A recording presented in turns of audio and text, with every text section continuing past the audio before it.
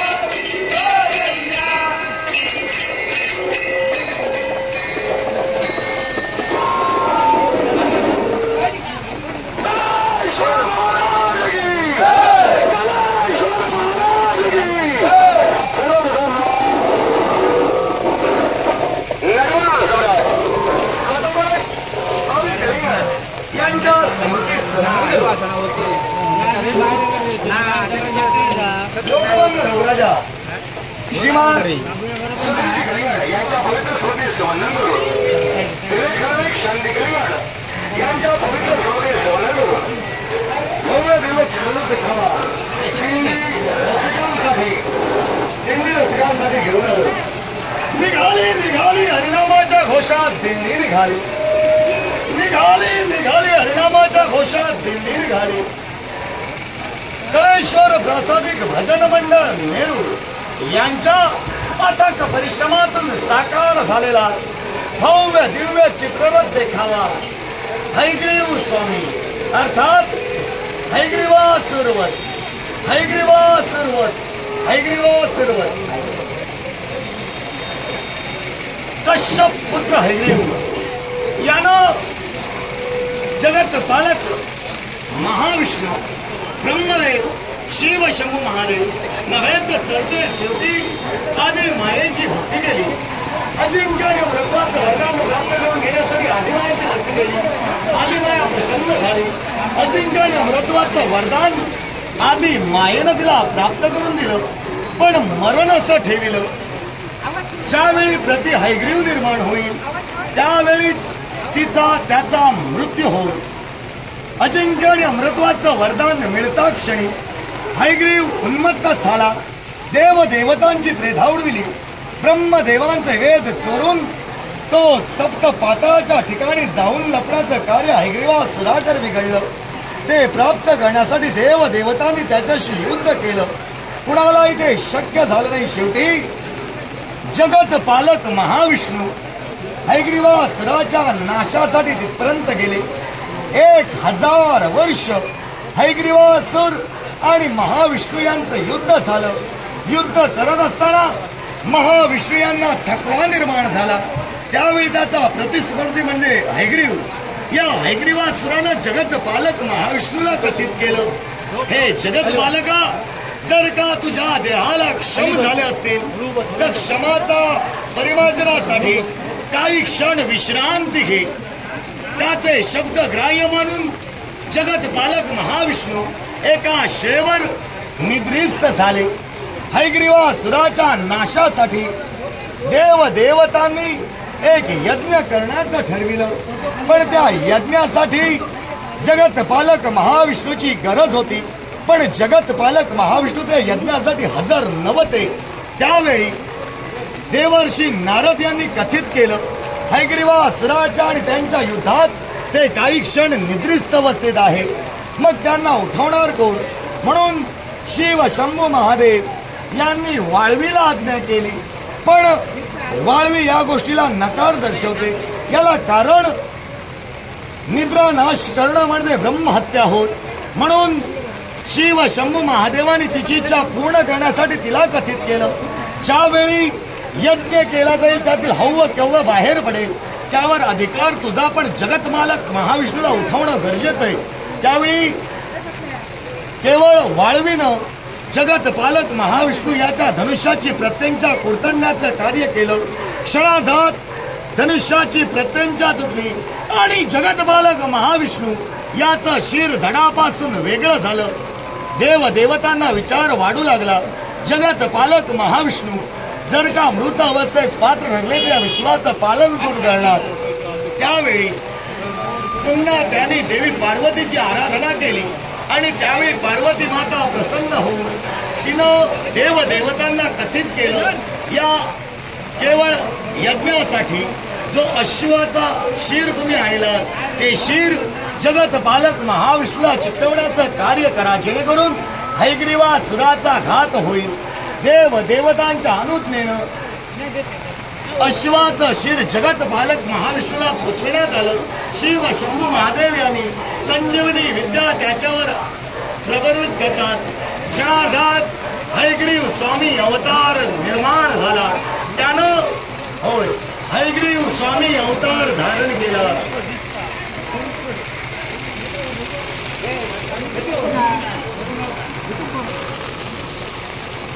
जगत पालक महाविष्णूला जोडण्यासाठी पाठवण्यासाठी कार्य केलं. देवदेवतांमध्ये दाटी झाली, पुष्पवृष्टी होऊ लागली. प्रकार असा घडला ते अश्वाचं शीर जगत पालक महाविष्णूला येऊन घेतलं. देव देवतांनी दाटी करून शिव शंभू महादेव यांनी जगत पालक महाविष्णूवर संजीवनी विद्येचा वापर केला. शिव शंभू महादेवांनी केलेला संजीवनी विद्येचा वापर होतात क्षणार्धात एक आगळ्या वेगळ्या स्वरूपानं ज्याप्रमाणे हयग्रीवासुराचं मरण होतं त्याप्रमाणे हयग्रीव स्वामी निर्माण झाले.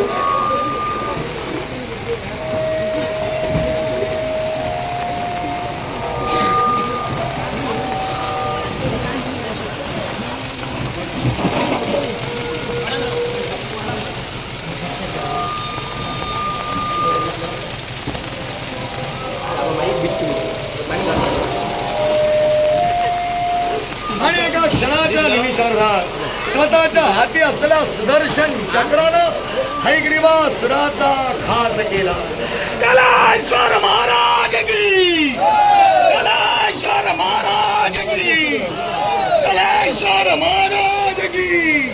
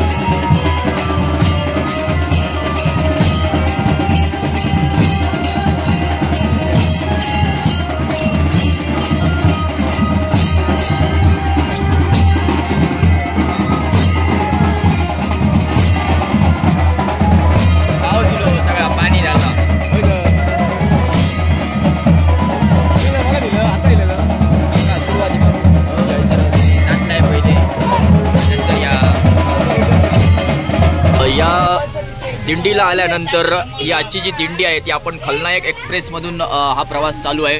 आणि आपल्यासोबत माझा सिंधुदुर्गचा युवराज आबा कलिंगण आपल्यासोबत आहे. आणि ही जी दिंडी आहे नेमकं दिंडीचं स्वरूप काय ते आपण त्यांच्याकडून जाणून घेतोय. अखंड हरिनाम सप्ताह 2025 श्री कलेश्वराचरणी आम्ही एक देखावा सादर करण्याचं कार्य आम्ही करतो. याला कारण पहिल्यांदा ही दिंडी सादर व्हायची त्यावेळी सर्वजण कलेश्वराच्या भेटीसाठी जायचे. पहिला दिवस म्हणजे कलेश्वरी देवांद्रे नेरूर, त्याच्यानंतर अनेक प्रत्येक वाड्यावाड्यातील दिंड्या केवळ हरिनाम सप्ताह 7 दिवसाचा.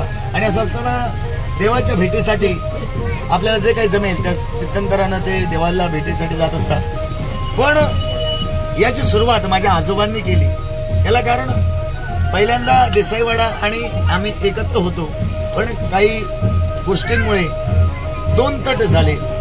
आमच्या आजोबांची जिद्द, ज्याप्रमाणे स्वतः मालक ही पदवी प्राप्त करून घेतली त्याप्रमाणे अवघ्या 15 मिनिटात स्वतःची दिंडी कलेश्वरच्या देवळाजवळ नेणारा एकच व्यक्ती होऊन गेला, ते म्हणजे माझे आजोबा स्वतः मालक बाबी कलिंगण. वादावाद झाले आणि स्वतःची एक वेगळी ओळख आणि स्वतःची दिंडी, स्वतः कलिंगण घराण्याची दिंडी म्हणून त्यांनी पहिल्यांदा देवाच्या भेटीसाठी घेऊन गेले. त्याच्यानंतर फक्त बैलगाडीत साधी दिंडी असायची, म्हणजे 2-3 कलाकार रंगवून त्यांच्यात एक पौराणिक कथेचा आधार घेऊन ती देवाच्या भेटीसाठी एक देखावा म्हणून लोकांच्या मनोरंजनासाठी घेऊन जायचे. पण हे विराट चित्र किंवा ही महाभयानक चित्र घेऊन जाण्याची सुरुवात सुद्धा आमच्या आजोबांनी केली. पहिल्यांदाच एक हत्ती आणला होता आणि त्याच्यानंतर या देखाव्यांना, भव्य देव देखाव्यांना सुरुवात झाली. आणि आता आजचा देखावा म्हणजे हैग्रीव स्वामी अर्थात हैग्रीवासुरवध हा देखावा आम्ही सर्व कळेश्वर प्रसादिक भजन मंडळ, यात आम्ही कळिंगण कुटुंबीय, तुषार परब, बाबेलिंगे, शामू सारंग, नारकर किंवा संजय नेवगी असे सगळे आमचे जेवढे रिलेटिव्ह आहेत तेवढे एकटे येऊन हा देखावा सादर करण्याचं कार्य करतो, जेणेकरून कलेश्वरच्या भेटीला जात असताना आम्ही योग्य रीतीनं प्रयत्न करत असतो. पण आज पावसानं, सध्याच्या दिवसात पावसानं धुमाकूळ माजवलं आहे, त्याच्यामुळे तरी सुद्धा आमच्या आजोबांची पद्धत होती 5पर्यंत चव्हाट्यावर जाणं गरजेचंच आहे. आणि ही गोष्ट लक्षात घेऊन आज सगळ्या कलाकारांच्या, कलिंगणांच्या एकजुटीने कितीही पाऊस असला तरी सुद्धा आम्ही हा देखावा भर पावसात दाखवण्याचं कार्य केलं. पण लोकांची एक आस्था आहे आमच्या कुटुंबावर आणि त्याच्यामुळे भर पावसात सुद्धा आपण बघितलंच असाल लोकांची भरपूर दाटी होती आणि नेत्रदीपक असा देखावा दाखवण्याचं कार्य आम्ही केलं. माझा सिंधुदुर्ग यूट्यूब चॅनलच्या माध्यमानं आपल्याला सुद्धा तो पाहायला मिळेलच. त्याबद्दल धन्यवाद. ओके.